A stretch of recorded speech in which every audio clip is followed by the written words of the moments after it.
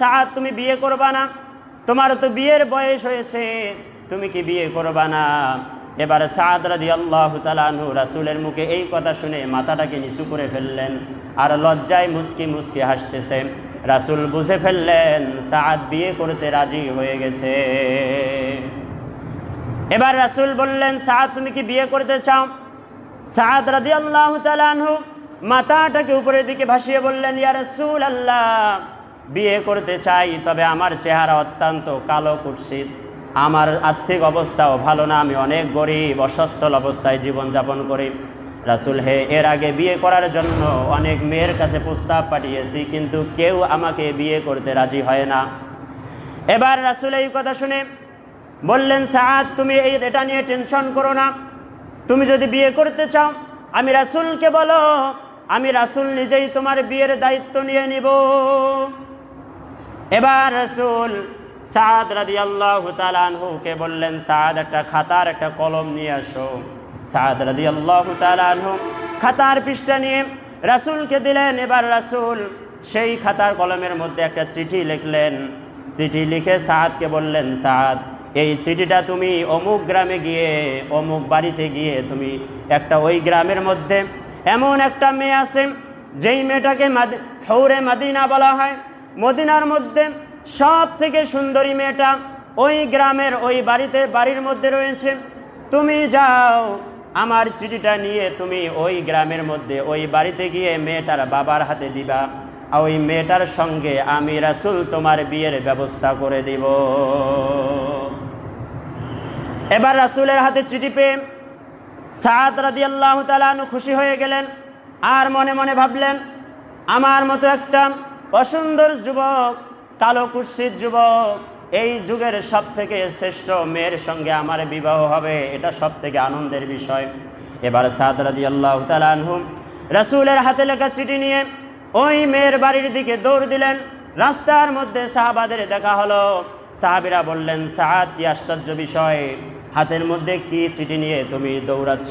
সাদ বলে, এখন কথা বলার সময় নাই, তবে অপেক্ষায় থাকো, কিছুদিনের মধ্যে আমার বিয়ের দাওয়াত পেয়ে যাবা। সুবহানাল্লাহ বলেন। সাদ রাদিয়াল্লাহু তাআলা আনহু এবার রাসূলের চিঠি নিয়ে ওই মেয়ের বাড়িতে চলে গেলেন। হৌরে মদিনা, ওই যুগের শ্রেষ্ঠ মেয়ে, তার বাড়িতে চিঠি নিয়ে চলে গেলেন। ওই মেয়ের বাবাকে সালাম দিয়ে বললেন, আসসালামু আলাইকুম। ওই মেয়ের বাবা সালামের জবাব দিলেন। সালামের জবাব দিয়ে একটা রাসূলের হাতের চিঠিটা তার বাবার হাতে ধরে দিলেন, মেয়ের বাবার হাতে ধরে দিলেন। মেয়ের বাবা খুশি হয়ে গেল, কারণ রাসূল আমার বাড়িতে চিঠি লিখে পাঠিয়েছে। চিঠিটা সাধারণ কোনো মানুষ লেখে নাই, জেনার জন্য আসমান সৃষ্টি হয়েছে, জেনার জন্য জমিন সৃষ্টি হয়েছে। সাইয়্যিদুস সাকলাইন, ইমামুল মুরসালিন, বিশ্ব নবী আমাকে লক্ষ্য করে চিঠি লিখে পাঠিয়েছে, এর থেকে সৌভাগ্যের বিষয় আর কিছু হতে পারে না। এবার চিঠিটা খুলে রাসূলের হাতের লেখা চিঠি ওই মেয়েটার বাবা পড়ে দেখলেন, রাসূল লিখেছে, তোমার মেয়েকে এই সাদের সঙ্গে আমি বিবাহ দেওয়ার জন্য অনুরোধ করতেছি। এবার ওই মেয়ের বাবা চিঠিটা পড়লেন। চিঠিটা পড়ে প্রথমের দিকে খুশি হয়েছিলেন, কিন্তু পরবর্তীতে যখন হযরতে সাদ রাদিয়াল্লাহু তাআলা আনহুর দিকে লক্ষ্য করলেন আর চিঠির দিকে লক্ষ্য করে একটু মনটা খারাপ করলেন, তখন মনে মনে ভাবলেন যে চিঠিটা যদি কোনো ভালো মানুষের জন্য আল্লাহ রাসূল লিখে দিতে পাঠাতেন তাহলে অনেক ভালো হতো। বলেন নাউজুবিল্লাহ। এবার ওই সুন্দরী মেয়ের বাবা বলল, আমি খুশি হয়েছি, তবে আমার মেয়ের সঙ্গে তোমার মতো কালো এবং কুৎসিত ছেলের সঙ্গে আমার মেয়ের আমি বিয়ে দিতে পারবো না। এইভাবে যখন হৌরে মদিনা সুন্দরী মেয়ের বাবা বলল, তোমার সঙ্গে আমার মেয়ের বিয়ে দিতে পারবো না, সে এবার মন খারাপ করল, অশ্রু ভরা চোখ নিয়ে সে এবার তার বাড়ি থেকে রাসূলের দরবারে ফিরে আসতে লাগলো। আর এই কাহিনীটা সম্পূর্ণভাবে ওই সুন্দরী মেয়েটা লুকিয়ে লুকিয়ে দেখতেছিল ঘর থেকে। মেয়েটা এবার বের হয়ে এসে বাবাকে বলল, বাবা কি হয়েছে? শুরুর দিকে দেখলাম তুমি অনেক খুশি হলা, আবার এখন দেখতেছি তোমার মন খারাপ, কি হয়েছে তোমার, বলো আমাকে। ওই মেয়েটাকে তার বাবা বলল যে এই যুগের পয়গম্বর মুহাম্মদ সাল্লাল্লাহু আলাইহি সাল্লাম তোমার বিয়ের প্রস্তাব নিয়ে একটা চিঠি লিখেছে, আর সেই চিঠিতে এই যে সামনে যে ছেলেটাকে দেখলাম সেই ছেলের সঙ্গে তোমার বিয়ে দেওয়ার জন্য মুহাম্মদ সাল্লাল্লাহু আলাইহি ওয়াসাল্লাম চিঠি লিখে পাঠিয়েছে। কিন্তু এই ছেলেটা দেখতে ভালো না এবং ছেলেটাকে আমি আগ থেকে চিনি, তার বাড়ির অবস্থাও অত ভালো না, অনেক গরিব অসহায়। তখন ওই মেয়েটা বলল, বাবা ছেলে যাই হোক, ছেলের অবস্থা যেরকমই হোক, যেহেতু চিঠিটা মুহাম্মদুর রাসূলুল্লাহ পাঠিয়েছেন, সুতরাং আমি এই বিবাহেতে রাজি হয়ে গেলাম। বলেন সুবহানাল্লাহ। এবার মেয়েটা বলে, বাবা আমাকে যদি এই ছেলেটার সঙ্গে বিবাহ না দাও, আমি জেনে রাখো আমি কোনোদিন বিবাহে বসবো না। কারণ যখন ছেলেটা গিয়ে রাসূলকে বলবে তোমার চিঠি গ্রহণ করা হয় নাই, তখন রাসূল মনে কষ্ট পাবে, আর রাসূলকে কষ্ট দিলে আমার দুনিয়া আখিরাত সব বরবাদ হয়ে যাবে। এবার মেয়েটাকে তার বাবা বলল, ঠিক আছে তাহলে তুমি যেহেতু এই বিবাহে রাজি হলাম, আমিও রাজি হয়ে গেলাম। এবার মেয়েটার বাবা ছেলেটাকে সাদ রাদিয়াল্লাহু তাআলা আনহুকে ডাকলেন, ডেকে বললেন, তুমি রাসূলকে গিয়ে বলো তোমার প্রস্তাবে আমরা সবাই রাজি হয়ে গেছি। রাসূলকে এবার বলা হলো। রাসূল সাদ রাদিয়াল্লাহু তাআলা আনহু এবার ফিরে গিয়ে রাসূলকে বললেন, রাসূল বিবাহের প্রস্তাব, আপনার চিঠির প্রস্তাব ওই হুরে মদিনা সুন্দরী মেয়ে গ্রহণ করেছে। এবার রাসূল বললেন, তুমি যে বিয়ে করবা, বিয়ে করার খরচপাতি তোমার কাছে আছে না নাই, মোহরের টাকা তোমার কাছে আছে না নাই? এবার সাদ রাদিয়াল্লাহু তাআলা আনহু বললেন, ইয়া রাসূলুল্লাহ আমার কাছে কোনো টাকা পয়সা নাই। সাদ রাদিয়াল্লাহু এবার টেনশনে পড়ে গেলেন। এখান থেকে আমাদের শিক্ষা আছে। শিক্ষাটা হলো, বিয়ে যখন করবে, ছেলেমেয়ের যখন বিয়ে হবে, টাকা পয়সা নিয়ে টেনশন করার দরকার ছেলেকে না মেয়েকে? রাসূলের যুগে যখন বিয়ে হতো, টাকা পয়সা নিয়ে টেনশন করতো ছেলে পক্ষ, ছেলের বাবা মা টেনশন করতো যে আমার ছেলেকে বিয়ে দিলে তো মোহর দেওয়া লাগবে, সেই মোহরের টাকা তো আমাদের কাছে নাই। কিন্তু বর্তমান যুগে ছেলে মেয়ের বিয়ে হলে মানুষ টেনশন করে মেয়ের বিয়ে নিয়ে, ঠিক কিনা বলেন?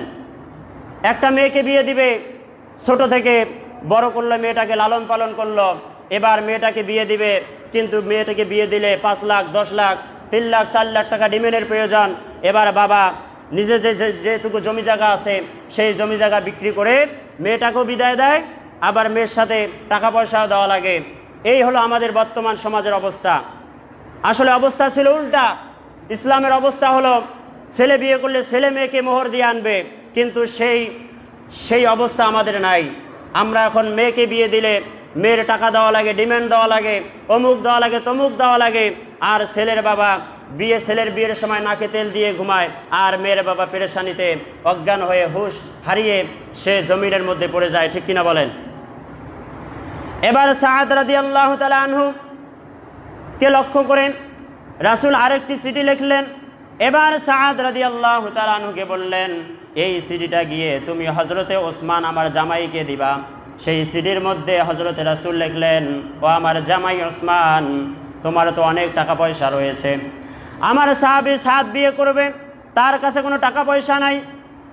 হে ওসমান, তোমার দায়িত্ব আমি দিলাম, তোমাকে আমি দায়িত্ব দিলাম, হযরতে সাদের বিয়ে করতে যত টাকা পয়সার প্রয়োজন সব তোমাকে নিজের টাকা পয়সা থেকে দিয়ে দিতে হবে। এবার ওসমান রাদিয়াল্লাহু তাআলা আনহু বললেন, ঠিক আছে, রাসূল যেহেতু বলেছে তোমার বিয়ে যত খরচ আছে সব আমি ওসমান বহন করব। বলেন সুবহানাল্লাহ।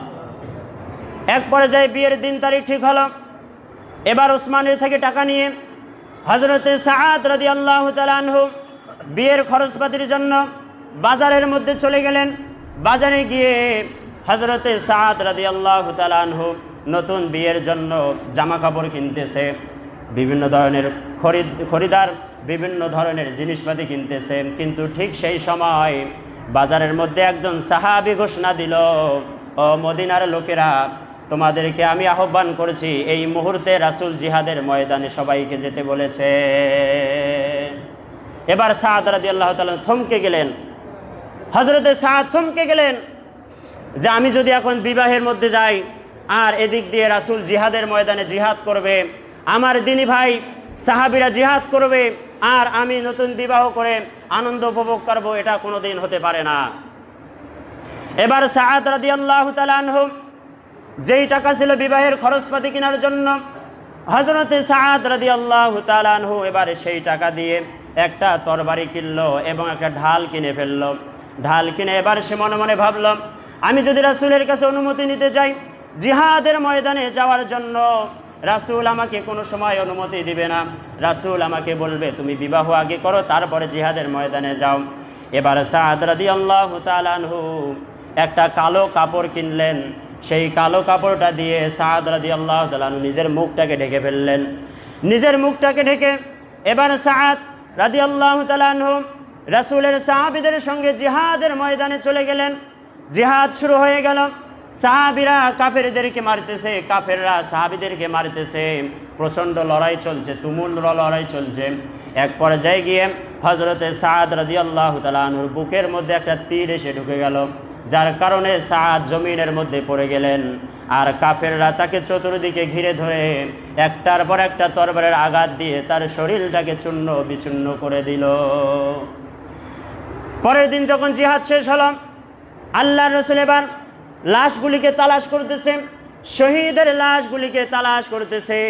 তালাশ করতে করতে এমন একটা লাশের কাছে গেলেন, যেই শহীদের লাশটার চেহারা মুখ দিয়ে কালো কাপড় দিয়ে বাঁধা। সাহাবীদেরকে বললেন, সাহাবীরা রে, এই যে কালো কাপড়টা সরিয়ে দাও, দেখি এটা কার লাশ, এটা শত্রুপক্ষের লাশ না আমাদের লাশ।